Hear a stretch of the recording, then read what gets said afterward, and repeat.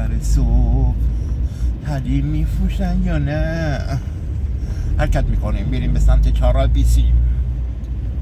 از اینجا گازو میگیریم بریم وارد خیابون بهار بشیم. از سمت راست حرکت میکنیم، سرعت ماشین رو تنظیم میکنیم روی 40 تا. یه مقدار گاز میدیم، دنده رو عوض میکنیم.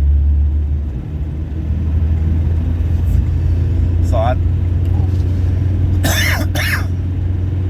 3:30 صبح روز 27 دی ماه 1402 هستش. مسیرها رو یکی یکی حرکت میکنیم. من که شعارهای بهار 5 رو رد کردیم.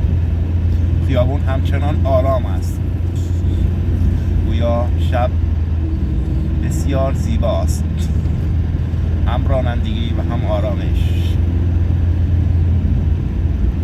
حرکت میکنیم به سمت چهارراه لشکر، جایی که 4 فصل حریم های خوب میپوشه.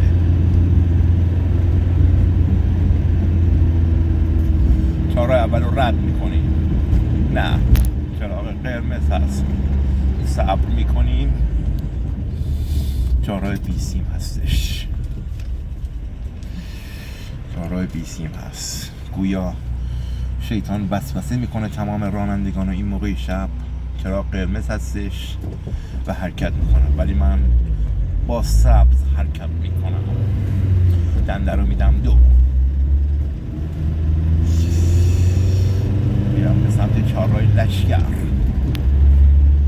خدا کنه بخت با من یار باشد، بخت با من یار باشد. ببینم اینجا هستن یا نه.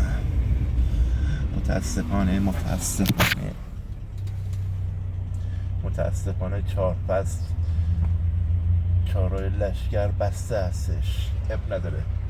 حرکت میکنم به سمت خودگیرم.